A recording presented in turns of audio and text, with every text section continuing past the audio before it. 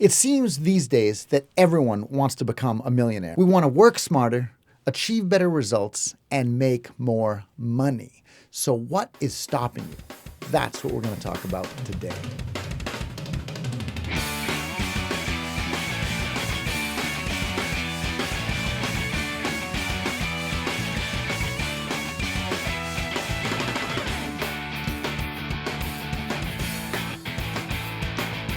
The great Jim Rohn said that you become a millionaire not for the $1 million, but for what it makes of you to achieve it. So what exactly did he mean by that? He meant that you're going to have to learn some skills. You're going to have to become a different person almost. You're going to have to learn enough that you now know what kind of chess moves to make in the world of money and finance. And hopefully that will lead you down the path of becoming a millionaire. In my life, I've had the great opportunity to sit down with a lot of money moguls and millionaires and sort of pick their brain as to how they are in the position that they're in. How did they make that kind of money? But the most interesting thing is when I sit down with them, I'm asking questions like, what? What did you do? What did it take? What does it take? And they're always answering with who. In other words, it was who they had to become along the way. Once again, alluding back to, Mr. Jim Rohn's thinking here. Who are you going to have to become, and what skills are you going to have to learn along the way in your path to becoming a millionaire? So, of course, when I sat down and started to think about the skills of a millionaire, who did they have to become? Who do they have to be today to be able to achieve these results on a consistent basis? I mean, of course, they're organized. Of course, they know their money position. Of course, they're outstanding negotiators. I mean, I could go down a whole list. But what really are the top skills of those guys and gals, and how did they get into the position that they're in? So when I sat down to do this video about the top skills of a millionaire, really there were 3 or 4 things that stood out to me. And that's what we want to talk about today, because that's what you're going to have to develop if you're really going to be on this path to making and having a $1 million lifestyle. The ability to take action. So when an opportunity befalls them, when they see something that they are investigating, what they're going to do, what they're going to engage in, they don't spend a lot of time. They literally jump on it. They take action. Yes, sometimes things go their way. Yes, sometimes things don't go their way, and they're going to learn from those lessons.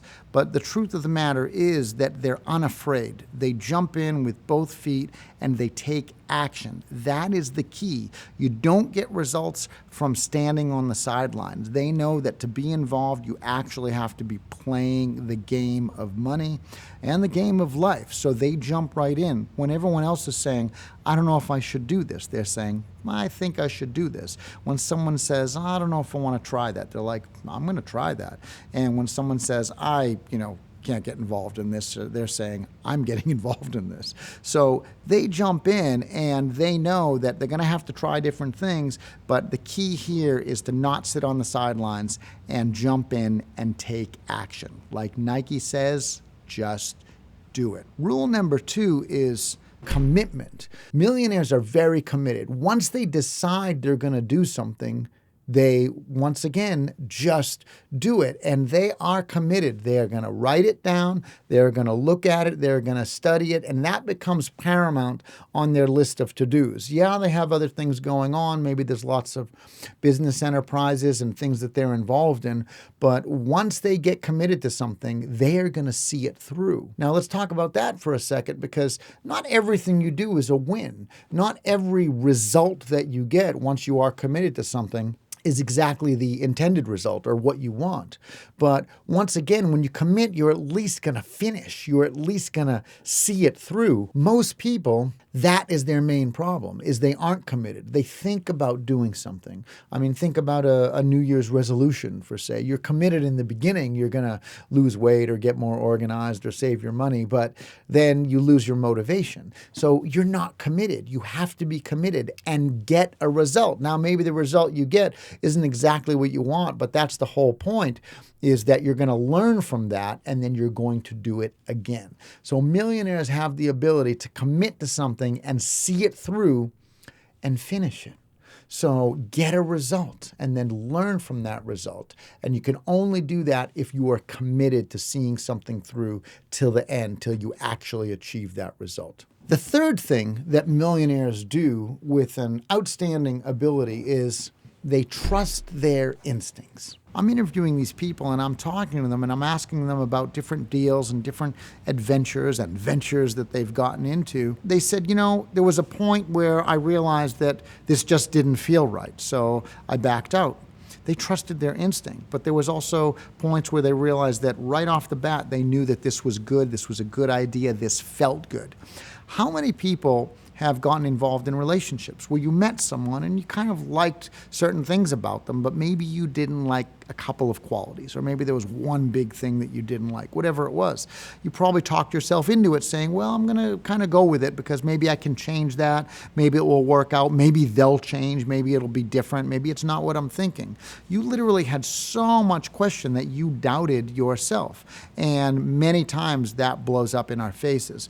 I find that the most successful people in the world, once they commit, they trust their instinct. They know what they're going to go with, and they believe in themselves. Of course, they're not just going into this blindly. They've done these things before, and even if it's for the first time, you kind of know.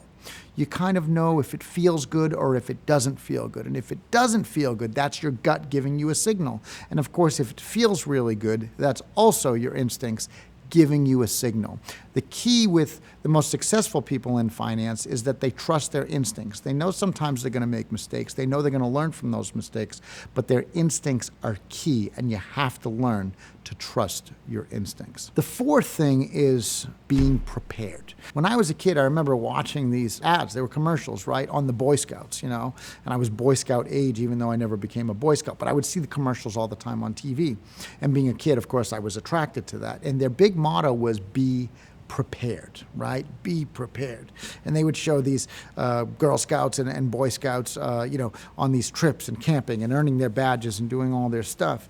And millionaires are kind of like that. They are the Boy Scouts of the world and Girl Scouts of the world. Is they believe in being prepared for opportunity, because opportunity is going to come, but whether or not you could take advantage of it, well, that will determine how successful you are. If opportunities come to you and you cannot take advantage of them, it wasn't that the opportunity wasn't there, it's that you weren't prepared for it. I'll give you an example.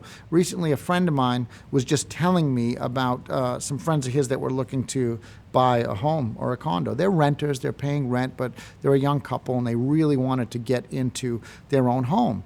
And he had a friend who was selling their parents' condo. The parents had gone into a home. They were, aging and in bad health. And he said, none of us kids want this condo because we all live in another state and none of us want to take it over. But it is a pretty rare assumable mortgage, meaning that's a pretty rare thing to find an assumable mortgage today. But it was an assumable mortgage, and you guys could literally assume the mortgage with a very small down, something that shows the bank that you've got some skin in the game.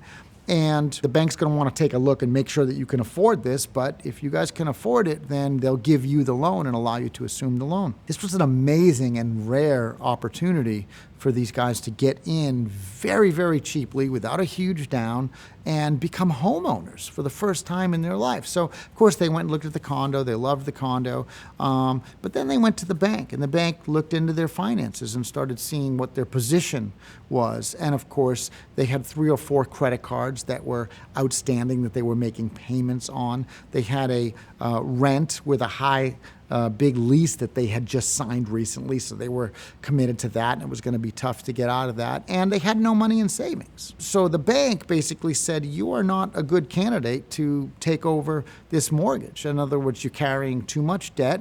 You've got a big, heavy load. They didn't have great jobs or income, and this opportunity was there, but they were not able to take advantage of it because they were not prepared.